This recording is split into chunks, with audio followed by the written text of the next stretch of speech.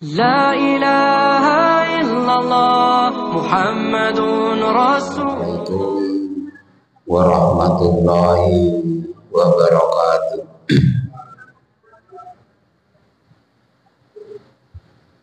Diulangi kayaknya kurang kompak. Assalamualaikum warahmatullahi wabarakatuh.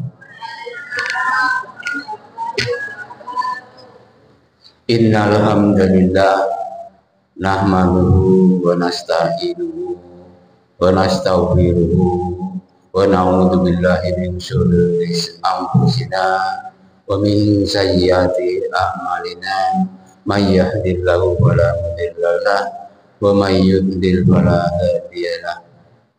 Asyhadu an la ilaha illallah wa asyhadu anna Muhammadan abduhu wa rasuluh la nabiyya ba'dahu.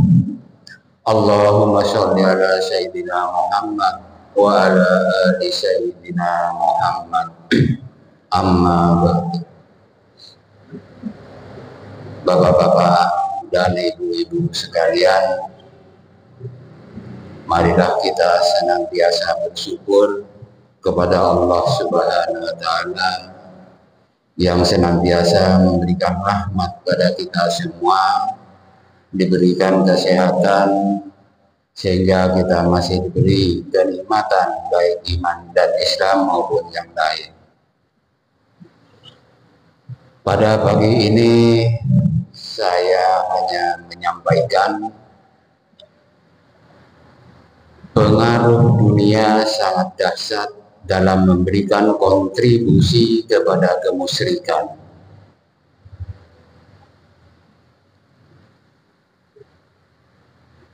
Di dalam surat At-Taghabun ayat 15, innama amwalukum wa auladukum fitnah. Sesungguhnya harta dan anak-anakmu sekalian adalah ujian dari Allah Subhanahu wa taala tentunya.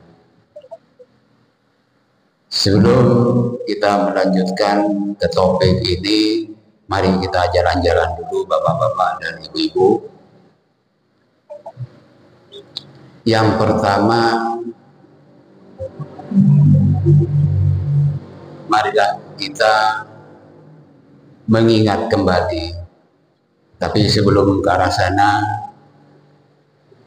saya juga lagi belajar membaca dan mendengarkan bapak-bapak dan ibu-ibu yang keluar dari suara dalam hati saya.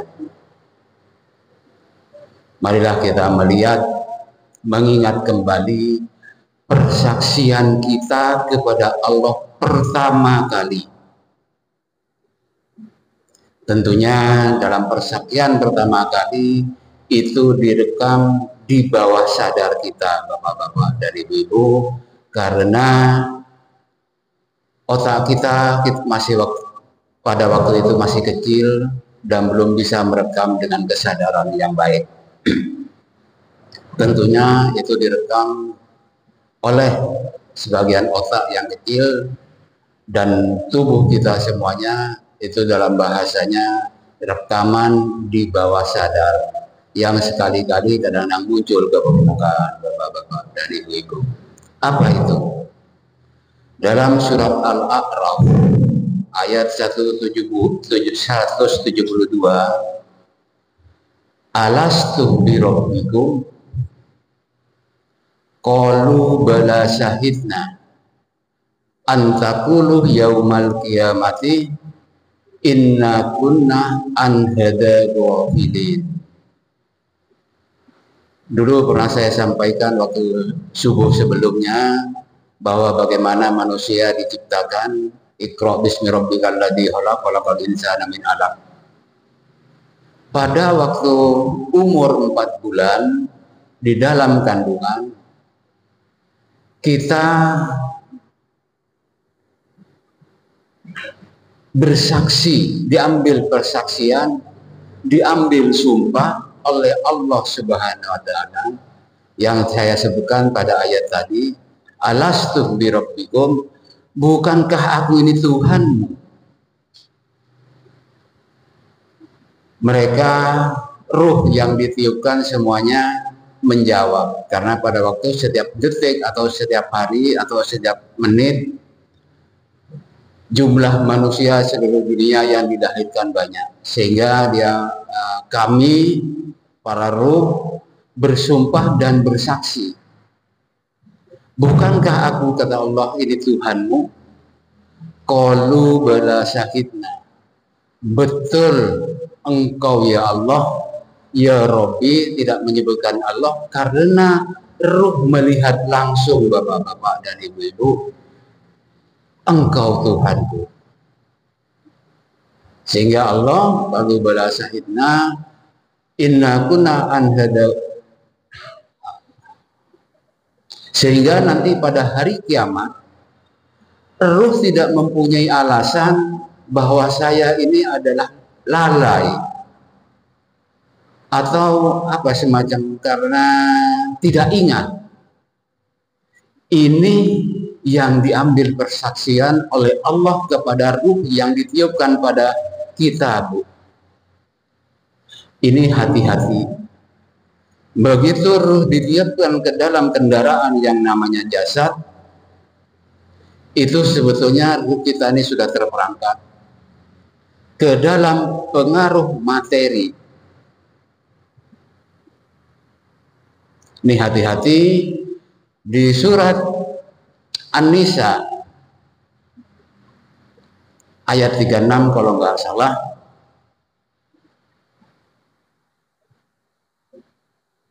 wa'budullahi wala tusyriku biha syai'a, jangan engkau mempersekutukan aku, jangan kamu menyembah kepadaku, menyembah kepada selain aku, atau jangan kamu mengabdi kepada selain aku. Ini tidak main-main, ibu-ibu, karena di surat An-Nisa ayat 48 Allah mengancam, jika engkau musyrik atau engkau syirik, tidak ada ampunan. Allah tidak mengampuni dosa syirik. Ini hati-hati. Dalam perjanjian itu banyak yang kita dapat peroleh.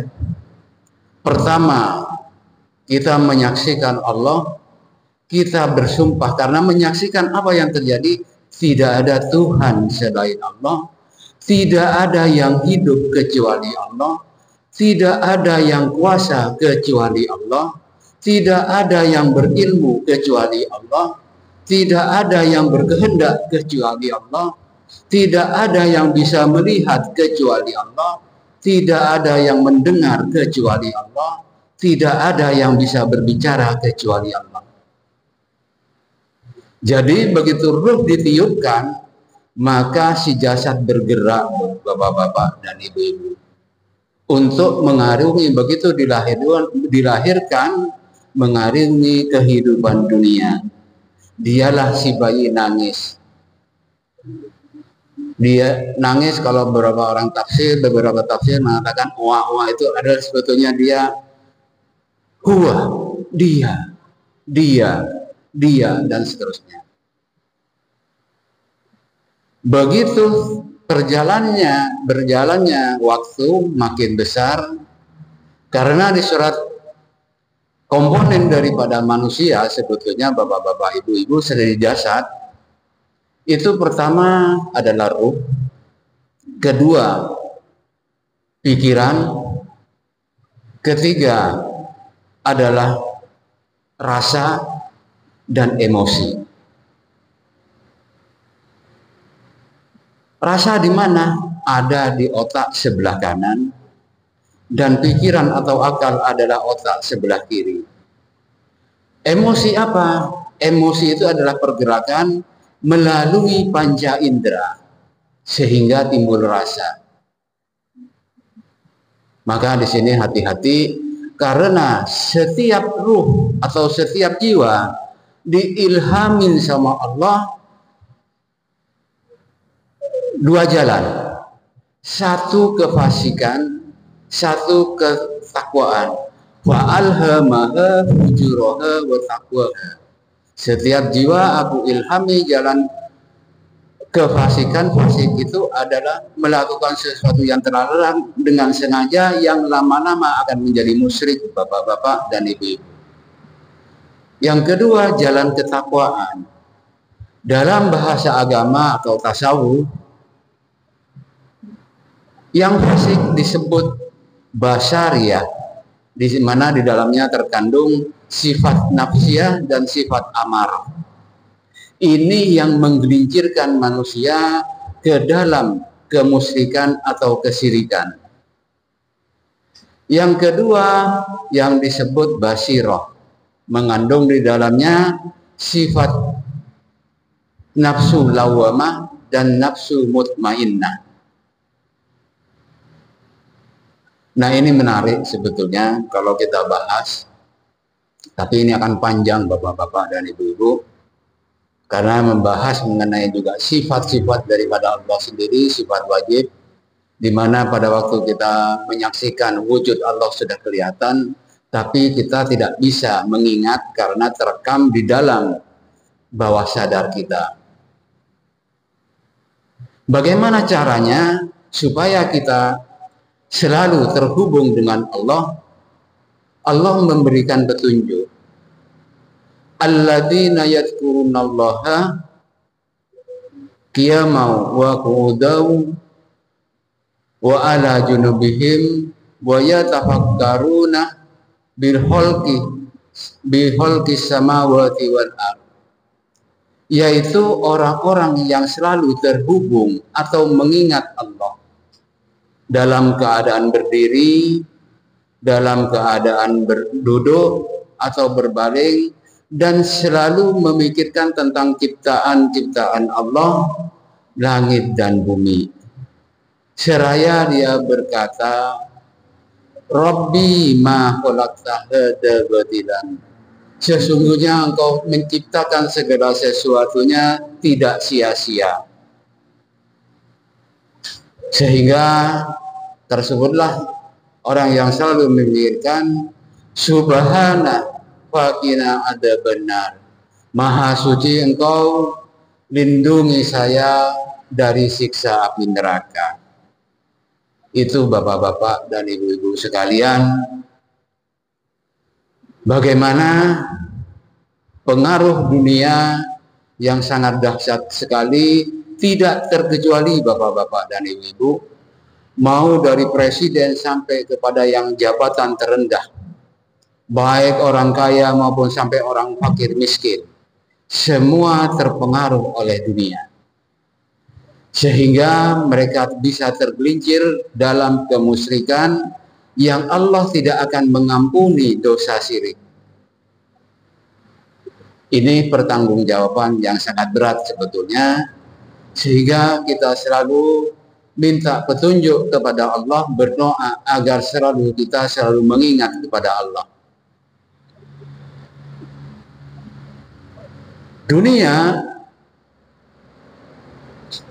di surat An-Nisa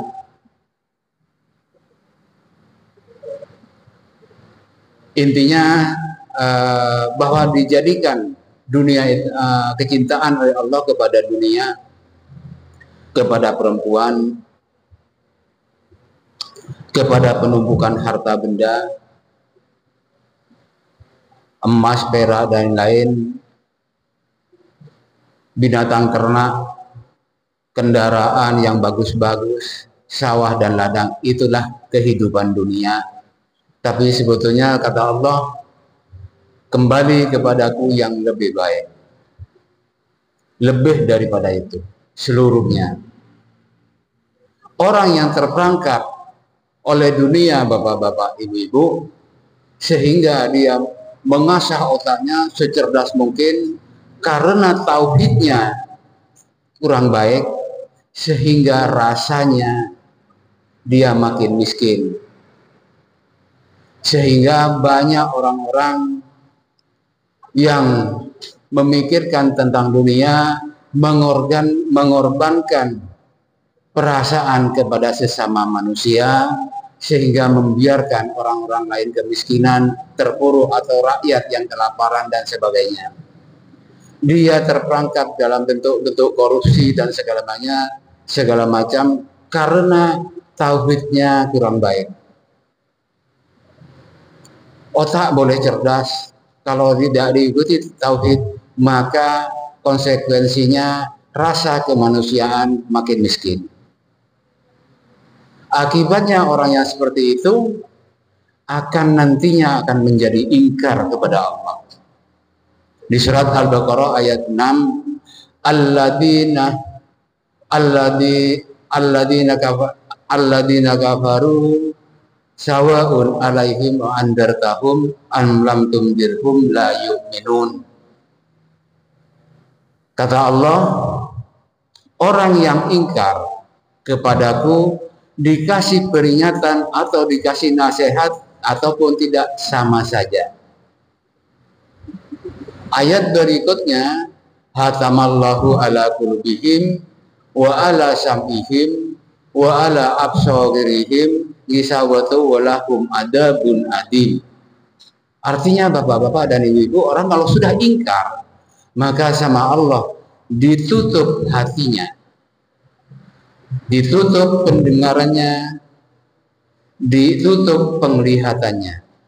Bayangin, kalau manusia sudah ditutup hatinya, kulubnya, pendengarannya, dan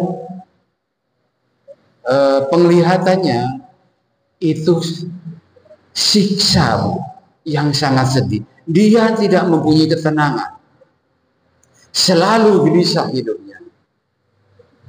Jadi jangan dianggap bahwa orang-orang seperti yang mencuri, korupsi, dia sudah ditutup sama Allah, hatinya, pendengarannya, dan penglihatannya. Dia sangat sakit sebetulnya. Sebetulnya kalau dipikir dengan kemanusiaan, sedih, kasihan, karena tidak ada kebahagiaan pada dirinya. Selalu sehingga yang ditumpuk, yang dipikirkan itu harta-harta. Dikasih emas 1 lembah tetap minta 2 lembah, dan seterusnya.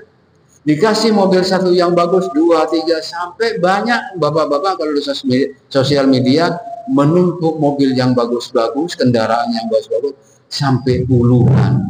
Untuk apa? Hanya untuk memenuhi nafsu basariahnya. Ini nafsu basariah harus dikendalikan, sehingga yang muncul adalah nafsu basirah, mutmainnah.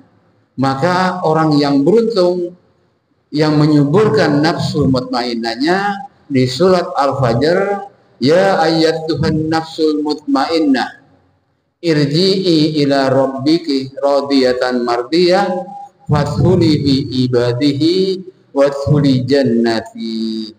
Itulah penghargaan dari Allah. Allah ridho dan dia pun juga ridho. Dia ridho kepada Allah dan juga dia pun ridho. Allah juga ridho.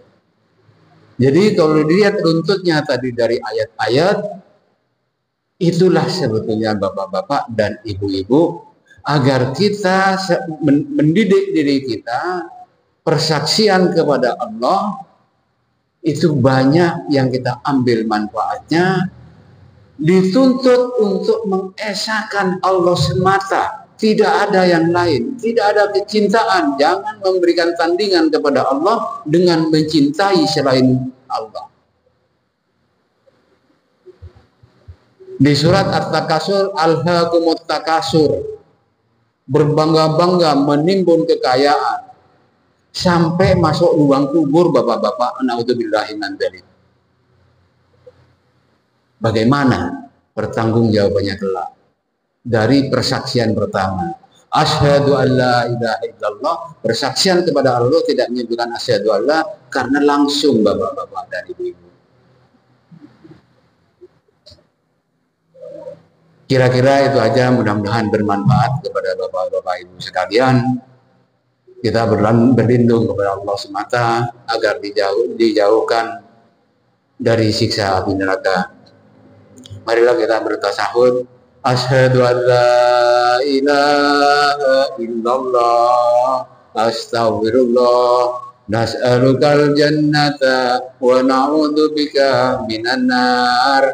Asyhadu an la ilaha illallah, astaghfirullah, nas'alukal jannata wa na'udzubika minan nar. Asyhadu an la ilaha illallah, astaghfirullah, nas'alukal jannata wa na'udzubika minan nar. Allahumma innaka afuwun tuhibbul afwa fa'fu anna. Allahumma innaka afuwun tuhibbul afwa fa'fu anna. Allahumma innaka afuwun tuhibbul afwa fa'fu anna ya karim. Billahi taufiq wal hidayah. Wassalamualaikum warahmatullahi wabarakatuh.